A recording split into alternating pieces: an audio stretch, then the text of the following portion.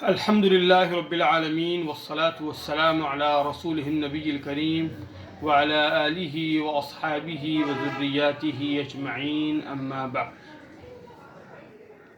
حدیث شریف میں آتا ہے کہ جو شخص قرآن کریم کا ماہر ہے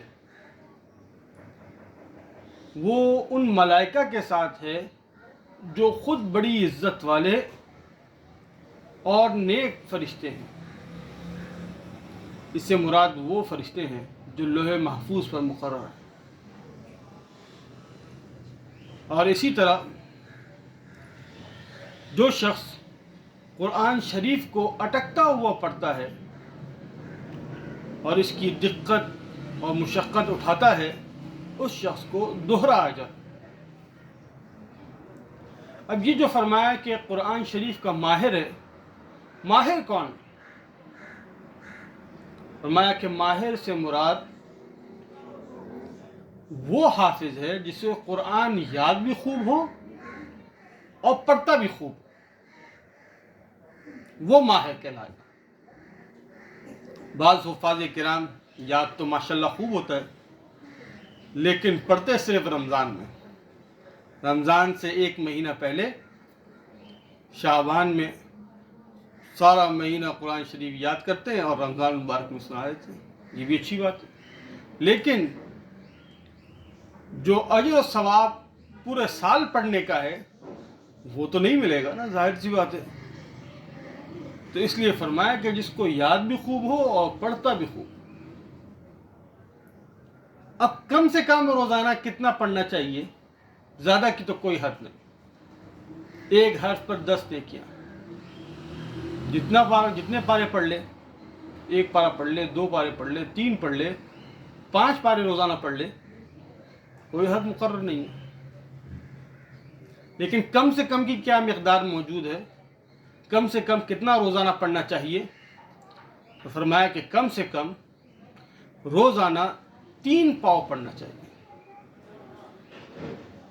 شرحۃ الاسلام میں حضرت خواجہ زادہ رحمۃ اللہ علیہ لکھا ہے کہ حافظ قرآن کو کم سے کم روزانہ 3 پاؤ قرآن شریف تو پڑھنا چاہیے، اس سے کم نہیں پڑھے. تو یہ شخص کیا ہے؟ ماہر قرآن. اور جو فرمایا کہ نیک فرشتوں کے ساتھ اس کا حشر ہوگا، مراد یہ ہے کہ وہ لوح محفوظ سے نقل کرنے والے ہیں وہ ملائکہ، اور یہ شخص بھی قرآن شریف کو نقل کرنے والا ہے، آگے پہنچانے والا ہے. اب قرآن شریف پڑھتا ہے، دوسرے سنتے ہیں، یہ دوسروں کو پڑھاتا ہے، تو یہ بھی نقل کرنے والا ہو گیا نا. یا یہ ہے کہ حشر میں ساتھ اجتماع ہو. بڑی فضیلت کی بات ہے کہ ان ملائکہ کے ساتھ جو خود بڑی عزت والے نیک فرشتے ہیں ان کے ساتھ حشر میں یہ ساتھ کھڑا ہوا ہوگا. اس سے بڑی کیا اور عزت کی بات ہو سکتی ہے؟ یہ درجہ تو حافظ قرآن کا ہوگا. لیکن اب دوسرا شخص ایسا ہے جو حافظ قرآن نہیں ہے لیکن قرآن شریف پڑھتا ہے اور اٹک اٹک کر پڑھتا ہے، تو اس کو دوہرا اجر ملے گا. دوہرا اجر کیوں ملے گا؟ ایک اجر تو اس کا اٹکنے کی وجہ سے، ایک تو تلاوت کا ہے، قرآن شریف پڑھ رہا ہے، جو تلاوت کر رہا ہے اس کا اجر ملے گا. اور دوسرا اجر جو تلاوت کی مشقت اٹھا رہا ہے، جو دقت اٹھا رہا ہے اور پڑھنا نہیں چھوڑا، اس کا اجر بھی ملے گا.